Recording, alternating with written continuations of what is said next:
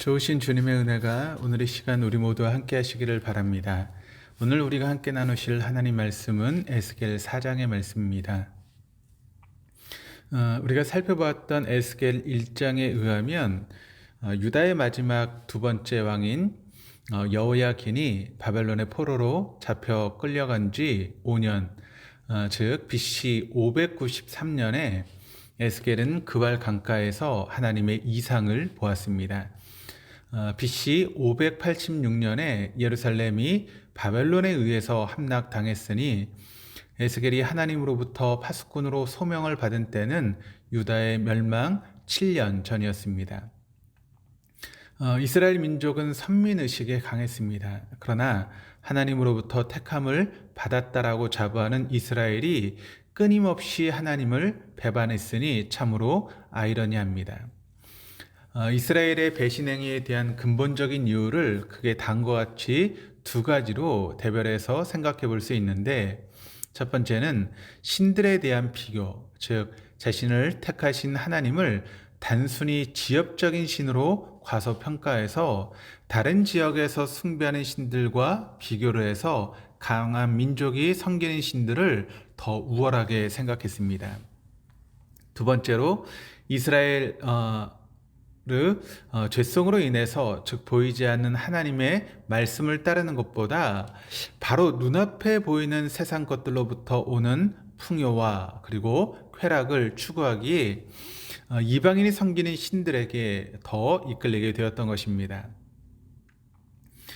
이 두 가지를 바벨론 포로로 잡혀온 이스라엘에게 적용을 해보면, 첫째는 자신들이 바벨론의 포로로 잡혀온 것은 여호와 하나님이 바벨론이 섬기는 신에게 패한 결과이기에 더 이상 패배자에 불과한 여호와 하나님을 따르기보다는 강대국이 섬기고 있는 신을 섬기는 부류가 있을 수 있습니다.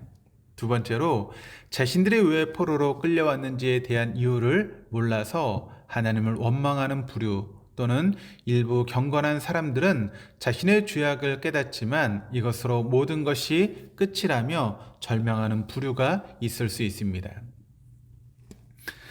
따라서 하나님께서 바벨론 포로로 잡혀온 에스겔을 파수꾼으로 세우신 것은 포로로 잡혀온 백성들에게 하나님이 어떤 분임을 깨닫게 하고 그들의 현 상황에 처하게 된 이유가 바로 죄악으로 인한 형벌임을 인지하게 하고, 그럼에도 불구하고 이스라엘을 향하신 하나님의 구원의 역사는 반드시 이루어질 것이다 라고 하는 확신을 전달하기 위한 것이라고 우리가 생각할 수 있습니다. 오늘 본문에서 하나님은 에스겔에게 일종의 퍼포먼스를 통해 앞으로 예루살렘이 포위될 것과 그로 인한 기근을 예고하시고, 이런 상황에 처하게 된 이유가 바로 북이스라엘과 유다의 죄악으로 인한 심판이라고 말씀하십니다.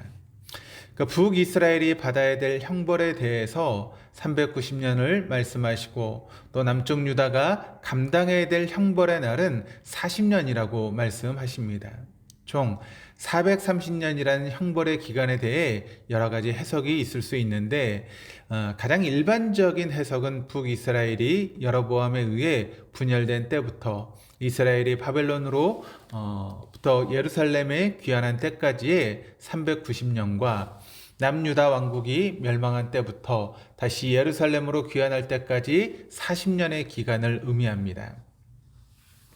그러니까 하나님께서 이스라엘을 벌하신 이유는 심판을 통해 자신들의 죄를 깨닫고 다시 하나님께로 돌아오기를 바라는 간절한 사랑에서 기인한다라고 하는 사실을 우리는 알 수 있습니다. 하나님의 말씀대로 행한 에스겔의 퍼포먼스를 본 이스라엘 사람들의 반응을 어떠했을까요? 3장 27절 말씀이 이렇게 이야기합니다. 그러나 내가 너와 말할 때에 내 입을 열리니 너는 그들에게 이르기를 주 여호와의 말씀이 이러하시다 하라.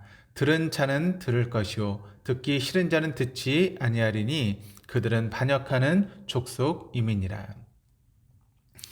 하나님의 말씀대로 행동한 에스겔의 퍼포먼스 앞에서 모든 사람들이 자신의 죄를 뉘우치고 하나님의 섭리하심을 깨닫지 않았을 것입니다. 어쩌면 비웃고 조소하는 무리가 더 많았을 수 있습니다. 그럼에도 불구하고 에스겔은 430일 동안 하나님의 말씀대로 행했고, 이를 통해 하나님의 말씀에 귀를 기울이는 무리는 아마 더 많아졌을 것이고, 결국 에스겔을 통한 하나님의 말씀은 그대로 성취되었습니다. 노아에게 임한 하나님의 심판에 대해 사람들의 반응은 차가웠습니다. 그 어느 누구도 노아의 말에 귀를 기울이지 않았습니다. 그러나 그 결과는 처참했습니다. 단지 하나님의 말씀에 순종하여 방주를 건설한 노아 가족만이 홍수 심판으로부터 구원받았습니다. 하나님의 계속되는 재앙에도 불구하고 모세를 통한 하나님의 말씀을 따르지 않았던 애굽은 장자가 죽는 마지막 재앙을 맞이하고서야 이스라엘의 출애굽을 허락했습니다. 하나님은 허언하신 분이 아니십니다. 하나님은 자신의 말씀을 반드시 이루시는 분이십니다. 이스라엘을 택하신 하나님은 이스라엘의 죄에 대해서는 질책과 벌을 주셨지만 한량없으신 사랑으로 품으셨고, 그 결과 이스라엘의 가계를 통해 예수님이 이 땅에 오셨고, 예수 그리스도를 통한 하나님의 구원의 사역이 성취되었습니다. 에스겔은 동료들이 보면 비웃을 만한 퍼포먼스를 하라는 하나님의 말씀에 순종했습니다. 이유는 간단합니다. 바로 하나님의 말씀이었기 때문입니다. 에스겔이라는 이름은 하나님이 강하시다라고 하는 그런 뜻이고, 하나님이 강하게 하신다라고 하는 그런 의미를 가지고 있습니다.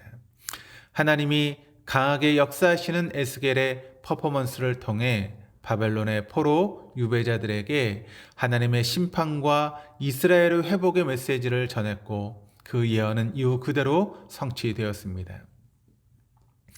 매일 일상의 삶을 퍼포먼스로 볼 수 있습니다. 우리의 삶의 퍼포먼스에는 어떤 본질이 담겨 있습니까? 본질을 외면한 퍼포먼스는 비웃음거리가 됩니다.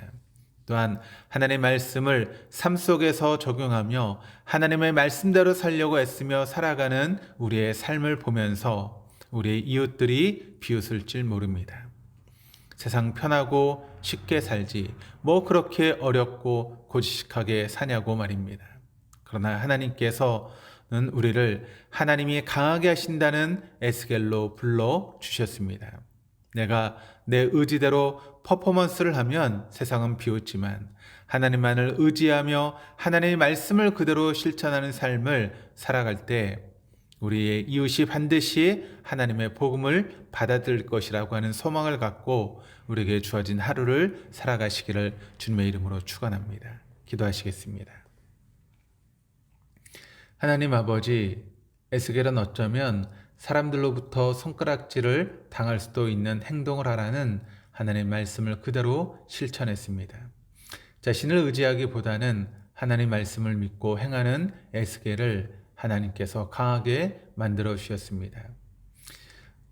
우리가 이 묵상을 통해 푸른 마르고 꽃은 지드나 우리 하나님의 말씀은 영원히 서리라 하신 하나님의 말씀이 진리임을 다시 한번 깨달았기에 우리의 삶을 하나님의 말씀에 올인할 수 있도록 우리를 도우시고 이끌어 주옵소서.